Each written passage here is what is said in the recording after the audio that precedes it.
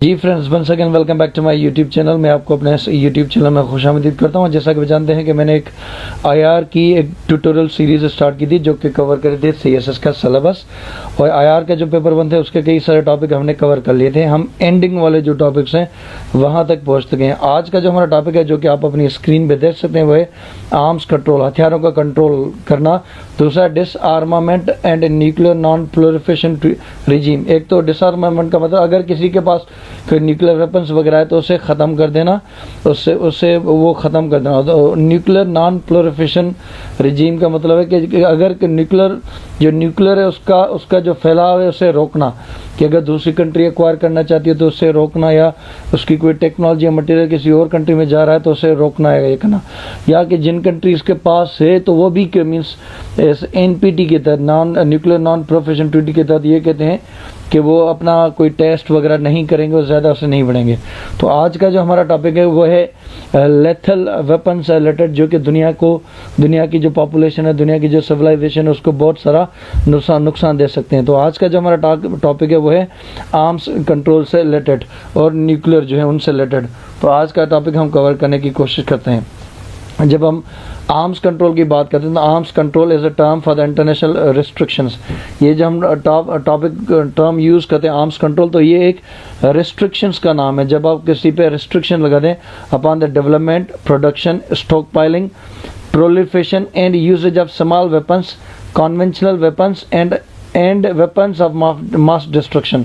जब आप arms control की बात करते हैं तो हम ये कहते हैं कि ये इंटरनेशनल रिस्ट्रिक्शंस है, कि इंटरनेशनल कम्युनिटी जो है वहाँ पे रिस्ट्रिक्शंस लगा दिया कि आपकी जो डेवलपमेंट है उन वेपन्स की, या आप प्रोडक्शन कर रहे हो, या आप स्टॉक पाइलिंग कर रहे हो, या उनका आप स्प्रेड करें, तब आपको रोका जाता है। जैसे आर्म्स कंट्रोल अगर ईरान को देख लें, ईरान जो है जब न्यूक्लियर वेपन्स बना था पूरी इंटरनेशनल कम्युनिटी एक साथ आ गई थी, जिसके अंदर P5+1 जो जर्मनी था, जिसमें अंदर USA, Russia, China, France, UK, Germany, ये सारे कंट्रीज आ गए। तो उन्होंने इनसे मुआहदा भी थे JCPOA, joint comprehensive plan of action, जो कि अभी तो एक बुरी हालत में है क्योंकि अमेरिका ने, डोनाल्ड ट्रंप ने पुल आउट कर लिया है। तो मीन्स जब आप वेपन्स प्रोड्यूस करते हो तब आपको, जैसे कि किसी टाइम में पाकिस्तान बना रहा था तो उसके ऊपर भी कड़ी सैंक्शंस और कड़ी पाबंदियाँ थी, तो उसको हम कहते हैं आर्म्स कंट्रोल। ये चीज़ हम जानने की कोशिश करते हैं। आगे क्या है, arms control is typically exercised through the use of the diplomacy definitely which seeks to impose such limitations upon consenting participant through international treaties and agreement। होता है जब आप आर्म कंट्रोल्स करते हो तो एक तो आपका जो मकसद होता है कि आपने आर्म्स कंट्रोल करने, उसके लिए आप डिप्लोमेसी का जो ऑप्शन है, आपके जो डिप्लोमेट्स होते हैं वो एंगेज करते हैं। जैसे मैंने आपको joint comprehensive plan of action, मतलब फॉरेन मिनिस्टर जो थे, सारे कंट्रीज़ के जो फॉरेन मिनिस्टर थे उन्होंने इनमें एंगेज किया था कि जो ईरान है वो अपनी न्यूक्लियर वेपन्स नहीं बनाएगा, ऐसा कुछ सचेस नहीं बनाएगा। तो इसमें ये होता है कि आप डिप्लोमेसी करते हो, आप ट्रीटीज़ भी साइन करते हो। डेफिनेटली जब joint comprehensive plan of action होगा तो एक साइनिंग भी, एग्रीमेंट भी होता है कि हम साइन करते हैं कि हम ये चीज़ करेंगे। तो उसमें एक तो ये होता है कि जब आप आर्म्स कंट्रोल करते हो उसमें आपकी डिप्लोमेसी एंगेज करती हो, आप ट्रीटीज़ करते हो। Although it may also compromise efforts by the nation or group of nations to impose limitation upon non-consenting country। होता ये है कि आपकी जो और ये जो एफर्ट्स करते हैं नेशंस करते हैं, जैसे कि अभी वंस अगेन जो कि joint comprehensive plan of action है, जब उन्होंने एनफोर्स किया ईरान, उन्होंने हालांकि कंसेंट तो कर लिया था, लेकिन कभी कभार ऐसा होता है कि एक कंट्री नहीं मानती है। उसके जैसे नॉर्थ कोरिया को देख लें, वो उसके बावजूद इंटरनेशनल कम्युनिटी के जो एफर्ट्स हैं, जो कि नॉर्थ कोरिया को कहने के बावजूद भी नॉर्थ कोरिया नहीं छोड़ता अपने वेपन्स, तो इस हिसाब से वो कह सकते हैं। Arms control treaties and agreements are often seen as a way to avoid costly arms race which could prove counterproductive to the national aims and future peace। अब अगर आपको ये आम समझना है कि आर्म्स कंट्रोल होते हैं जब ट्रीटीज होते हैं, एग्रीमेंट थे, ये हुआ था रशिया और अमेरिका के बीच। रशिया और अमेरिका में एक ट्रीटी साइन कर ली थी कि जो शॉर्ट रेंज टेक्टिकल मिसाइल्स हैं, शॉर्ट रेंज टेक्टिकल वेपन से वो दोनों नहीं बनाएंगे।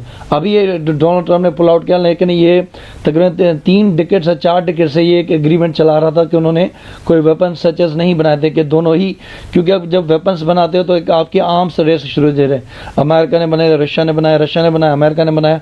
या आपको ऐसे भी समझ लें कि अगर इंडिया ने न्यूक्लियर वेपन टेस्टिंग की 1998 में, तो जी तक मैं कह रहा था कि आर्म्स कंट्रोल में होता है कि आर्म्स कंट्रोल में इवन हम ट्रीटीज और एग्रीमेंट से कहते हैं, क्योंकि हम ये देखते हैं कि अवॉइड करें जो आर्म्स रेस बन जाती हैं। जैसे अगर इंडिया ने न्यूक्लियर वेपन टेस्ट किए थे तो पाकिस्तान ने भी मजबूरन उसी चीज़ को परसू किया। अमेरिका ने जब स्टार्ट में किया था तो रशिया ने अपनी डोमिनेंस को बचाने के लिए उन्होंने भी इस चीज़ को परसू किया। तो एक आर्म्स रेस हो जाती है जब आप इसे चीज़ें करते हैं। आर्म्स कंट्रोल के आप ट्रीटीज करते हो, एग्रीमेंट करते हो कि हम नहीं करेंगे तो आप भी ना करें। Some are used as a way to stop the spread of the certain military technologies such as nuclear weaponry or missile technology in return for the assurance of the potential developers that they will not victims of those technologies। होता है कि कभी कभार ये होता है कि आप न्यूक्लियर जो टेक्नोलॉजी वेपन्स होते हैं उससे आप रोकते हो, और इवन उसे ये कहा जाता है कि जब कोई इसे डेवलप करता है तो उसे ये एश्योरेंस दी जाती है कि आपको मीन्स अगर कोई कंट्री न्यूक्लियर, अगर मौजूदा दौर में ये है कि आपके जो न्यूक्लियर टेक्नोलॉजी जैसे न्यूक्लियर सप्लाई ग्रुप है, डिफरेंट कंट्री जो सिग्नेटरी हो जाते हैं तो उनको न्यूक्लियर टेक्नोलॉजी मुहैया की जाती है। इवन फिर वो न्यूक्लियर टेक्नोलॉजी होती है वो अपने सिविलियन पर्पज़ के लिए यूज़ करते हैं। बाद अगर कोई कंट्री इसको मिलिट्री पर्पज़ के लिए यूज़ किया जाता है तो उसे सैंक्शंस भी होते हैं और उसे जो टेक्नोलॉजी का ट्रांसफ़र होता है वो मुहैया भी नहीं होता है। While arms control treaties are seen by many peace proponents as a key tool against a war by the participant, they are often seen as simply ways to limit the high cost of the development and building of the weapons and even reduce the cost of the associated with the war itself. Arm controls can even be a way of the maintaining viability of military action by limiting those weapons and that could make war so costly and destructive as to make it no longer viable tool for the national policy। जब आप arms control करते हो तब आप treaties करते हो, treaties जब आप करते हो तो आप one way other way peace की तरफ जाते हो, क्योंकि आप नहीं चाहते कि आप, क्योंकि अगर एक कंट्री वेपन्स एक्वायर करती है तो डेफिनेटली दूसरी कंट्री भी वही वेपन्स एक्वायर करना चाहेगी। जैसे अभी इंडिया ने रशिया से S-400 जो मिसाइल टेक्नोलॉजी है वो खरीद की है, जो कि एंटी एयरक्राफ्ट होती है, एंटी कोई भी जो एंटी एयर होती है कि हवा के अंदर कोई भी मिसाइल आ जाए, एयरक्राफ्ट आ जाए तो उसे वो अटैक कर लेती है। तो अगर इंडिया ये करा तो मजबूरन पाकिस्तान भी उसी रेस को परसू करेगा। लेकिन इंडिया और पाकिस्तान अगर एग्रीमेंट कर लें कि अगर हम ये चीज़ नहीं करेंगे तो आप भी ये चीज़ नहीं करें, अगर ऐसा हो जाए तो ये बिल्कुल ही एक पीसफुल वे की तरफ जाते हैं। और डेफिनेटली जब आप आर्म्स को एक्वायर कर लेते हो तो डेफिनेटली आप वार की तरफ जाते हो, जो वार जो कि ऑलवेज डिस्ट्रक्ट होती है। जब आप एग्रीमेंट कर लेते हो, आर्म्स कंट्रोल के ट्रीटीज कर लेते हो, ऐसे सच आप पीस की तरफ जाते हो। Enforcement of arms control agreement has proven difficult over time. होता है कि आप एग्रीमेंट कर तो लेते हैं लेकिन मुश्किलात आ जाती हैं उसको इन्फोर्स करने के लिए। तो बाज़ औक़ात जब एग्रीमेंट होता है ना उनको जो है इम्प्लीमेंट करना मुश्किल हो जाता है, क्योंकि होता है कि जो अगला कंट्री है उसकी इंटेंशंस पे उसने सिग्नेचर तो कर लिया लेकिन वो क्या रियलिटी में उन चीज़ों पे फॉलो कर रहा है नहीं, ये एक अलग बात है। जैसे अभी जो मैंने अलिए बताया कि जो कि short range tactical missile weapons है, ये ऐसी चीज़ें थी। तो अभी हम डोनाल्ड ट्रंप ने रशिया से पुल आउट कर लिया ये कहते हुए कि रशिया उसे फुली तौर पे उसे इम्प्लीमेंट नहीं करा, तो उनका ये कहना था उन्होंने उस चीज़ से हटा लिया। तो बात ये होता है कि जो साइनिंग कंट्रीज होती हैं उनके अंदर इंटेंशंस पे होता है कि वो सच्चे हैं, इस चीज़ को मानते हैं नहीं मानते, तभी उसकी जो आउटकम है वो उनके जो इन्फोर्समेंट है उस पर लागू होता है कि वो कितनी है। This was seen in the Washington Naval Treaty and the subsequent London Naval Treaty। तो इन्हीं में ये हुआ था कि उन्होंने एग्री किया था कि हम करेंगे, लेकिन बाज़ औक़ात ये दोनों ट्रीटी फेल हो गए थे जब जो पार्टिसिपेंट कंट्री थी उन्होंने फॉलो नहीं किया। जब आप देखें ना जेनेवा प्रोटोकॉल कहता है Geneva protocol has lasted longer and been more successful and being respected, but still nations have violated it when they have felt the need. Enforcement has been emphasized with the mayors more matter of the politics than the adherence to them terms. अब यही है कि Geneva protocol भी ये कहता है कि आप आर्म्स एग्रीमेंट की वायलेशन नहीं करेंगे, आप कंट्रोल करेंगे, लेकिन उसके बावजूद भी इसकी वायलेशन होती रही है, क्योंकि जब जो कंट्री चाहता है वो अपनी मर्जी से इन चीज़ों को देखता है, और अगर उनके फ़ायदे में होती है तो उनको वो फॉलो करते हैं, अगर उनके फ़ायदे में नहीं होती है तो उसे वायलेट करने में वो देर भी नहीं करते हैं। अब देख रहे हैं कि रशिया तो कह रहा था कि मैंने ये सच कोई वेपन्स नहीं बना लिया, आप चाहें तो कोई चेक कर लें। यही आप ईरान के उसमें देख लें कि इंटरनेशनल एटॉमिक एनर्जी के बार बार कहने के बावजूद कि ईरान अपने जो मुआहदा किया था JCPOA joint conference plan of action, उस पर वो स्टिक है, उसने कोई वायोलेशन नहीं किया था। फिर भी जब अमेरिका को लगा कि अमेरिकन के सदर डोनाल्ड ट्रंप को लगा कि ये एग्रीमेंट उनके फ़ायदे में नहीं है, तो उन्होंने वहाँ से उसे विथड्रॉ कर लिया। तो ये अगेन मैं यही कहूँगा कि जो कंट्री सिग्नेटरी है उनकी इन्फोर्समेंट है कि वो कितना सच्ची दिल से उस चीज़ को मानते हैं और उन चीज़ पे एक्ट करते हैं। आगे हमारा है कि treaty on non proliferation of the nuclear weapons, जैसे हम NPT कहते हैं। NPT क्यों हुई थी मैं बताता हूँ। द NPT जैसे कहते हैं नॉन प्रोलिफरेशन न्यूक्लियर ट्रीटी, उसका मकसद ये था the NPT is a landmark international treaty whose objective is to prevent the spread of the nuclear weapons. NPT का मेन जो मकसद है उसका यही मकसद है कि जो न्यूक्लियर वेपन्स है उसका जो स्प्रेड है उसे किसी तरीके से रोका जाए।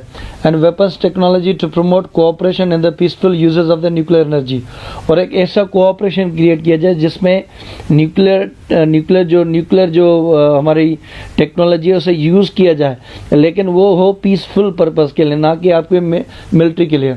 और उसका ये भी आगे मकसद है to further the goal of achieving nuclear disarmament. अगर किसी कंट्री के पास कोई न्यूक्लियर एम्बिशन है, न्यूक्लियर कोई डिज़ायर है, तो उससे भी डिसआर्मामेंट किया जाए, एंड जनरल कंप्लीट डिसआर्मामेंट, कि बिल्कुल ही वो तो उससे ख़त्म किया जाए। टोटल आज के दौर में अगर देखें टोटल 191 स्टेट्स जो उन्होंने ज्वाइन कर लिया ट्रीटी को, इंक्लूडिंग जो 5 न्यूक्लियर वेपन्स है, जिसमें अंदर अमेरिका आ जाता है, आपका रशिया आ जाता है, USA America, Russia, UK, France और आपका जो लास्ट वाला चाइना, ये कंट्रीज उसके मेंबर कंट्रीज हैं। मोर countries have ratified the NPT, जो NPT को ज़्यादा कंट्रीज ने साइन भी कर लिया है। Than any other arms limitation and disagreement the testament to the treaty significance, और जितने ने एग्रीमेंट साइन किया उसकी वो अहमियत समझ सकते हैं कि NPT की कितनी अहमियत है। या मैं आपको यहाँ याद दिलाता चलूँ कि इसके पाकिस्तान और इंडिया मेंबर नहीं। पाकिस्तान ये कहता है कि अगर इंडिया ये साइन कर ले तो हम भी कर लें। जब आप NPT साइन कर ले तो अब आप अपनी न्यूक्लियर टेक्नोलॉजी को नहीं बढ़ाते, उसका स्प्रेड नहीं करते, आप अपने कोई न्यूक्लियर वेपन्स का टेस्ट वगैरह नहीं करते। तो इंडिया और पाकिस्तान दोनों इसके सिग्नेटरी नहीं, कि पाकिस्तान ये कहता है इंडिया कर ले तो मुझे भी करने में कोई मसला नहीं है। The treaty is regarded as the cornerstone of the global nuclear non-proliferation regime, an essential foundation of the pursuit of the nuclear disarmament। और ट्रीटी जो है आप इसे समझ सकते हैं कि एक कॉर्नर स्टोन है इंटरनेशनल रिलेशन के अंदर, क्योंकि आपके इसी ट्रीटी की वजह से काफ़ी कंट्री जो 191 मेंबर कंट्रीज हैं वो ना तो न्यूक्लियर टेक्नोलॉजी का स्प्रेड करते हैं ना फैलाव करते हैं, बकौल के ये इसी एग्रीमेंट के तहत, और न्यूक्लियर डिसआर्मामेंट इससे पॉसिबल हो चुकी है। It was designed to prevent the spread of the nuclear weapons, to further the goals of nuclear disarmament and general complete disarmament, and to promote cooperation in the peaceful use of nuclear energy। यही के NPT ये इसलिए बनी थी कि military purpose के लिए जो न्यूक्लियर टेक्नोलॉजी से यूज़ नहीं किया जाए, बल्कि सिविलियन पर्पज़ के लिए यूज़ किया जाए। तो इसके लिए क्या होता है कि इसके वॉच स्टॉक होती है जो कि मेंबर कंट्रीज़ को चेक करती है, उसके मेंबर कंट्रीज जाते हैं, विजिट करते हैं और दिखाते हैं कि इनका जो न्यूक्लियर वेपन का टेक्नोलॉजी है वो पर्पजफुल यूज़ के लिए। To further goal of the non-proliferation को गोल हासिल करने के लिए and confidence building measure between state parties, treaty establish a safeguard system under the responsibility of International Atomic Energy Agency। तो होता क्या है कि जो NPT के मेंबर है उन्होंने एक ऑर्गेनाइजेशन बना दी इंटरनेशनल एटॉमिक एनर्जी एजेंसी। इसके अंदर जो है फॉरेन नेशनल्स होते हैं वो करते क्या है कि मुख्तलिफ जो मेंबर कंट्रीज उनको जाते हैं, विजिट करते हैं, उनको चेक करते हैं कि कहीं इनकी जो न्यूक्लियर टेक्नोलॉजी है वो कहीं मिलिट्री पर्पज़ के तो नहीं यूज़ होती है। तो और इससे क्या होता है कि जो एक दूसरे कंट्रीज होते हैं उनमें एक कॉन्फिडेंस आ जाता है कि नहीं इनके जो वेपन्स है वो कहीं न्यूक्लियर चीज़ के लिए मिलिट्री पर्पज़ के यूज़ नहीं हो रहे। Safeguard are use as to verify the compliance with the treaty, और ये सेफगार्ड वो देखते हैं, जाते हैं, विजिट करते हैं कि हाँ इनके ये चीज़ें थे, तब वो बताते हैं कि वो ट्रीटी से कंप्लाई करते हैं या नहीं करते हैं through inspections conducted by International Atomic Energy Agency. The treaty promotes cooperation in the field of peaceful nuclear technology and equal access to this technology for all states parties, while safeguard prevent the diversion of fissile material for the weapons use. यहीं आप देखें ना कि international Atomic energy को जो member हैं वो जाते हैं, विजिट करते हैं, देख लें कि वो कंप्लाई कर रहा है कि नहीं कर रहा। और इस ट्रीटी के तहत सारे जो मेंबर कंट्रीज हैं उनको न्यूक्लियर टेक्नोलॉजी को एक्सेस दिया जाता है, लेकिन वो सारा जो एक्सेस होगा वो पीसफुल के लिए होगा। वो आप कभी भी आपका जो फिजाइल मटीरियल जो यूज़ होता है वो कभी भी आप मटीरियल जो है वो डाइवर्ट नहीं करेंगे मिलिट्री पर्पज़ के लिए। आई होप कि आपको मेरा वीडियो पसंद आएगा। अगर आपको पसंद आया तो उसे लाइक करें, शेयर करें, सब्सक्राइब करना ना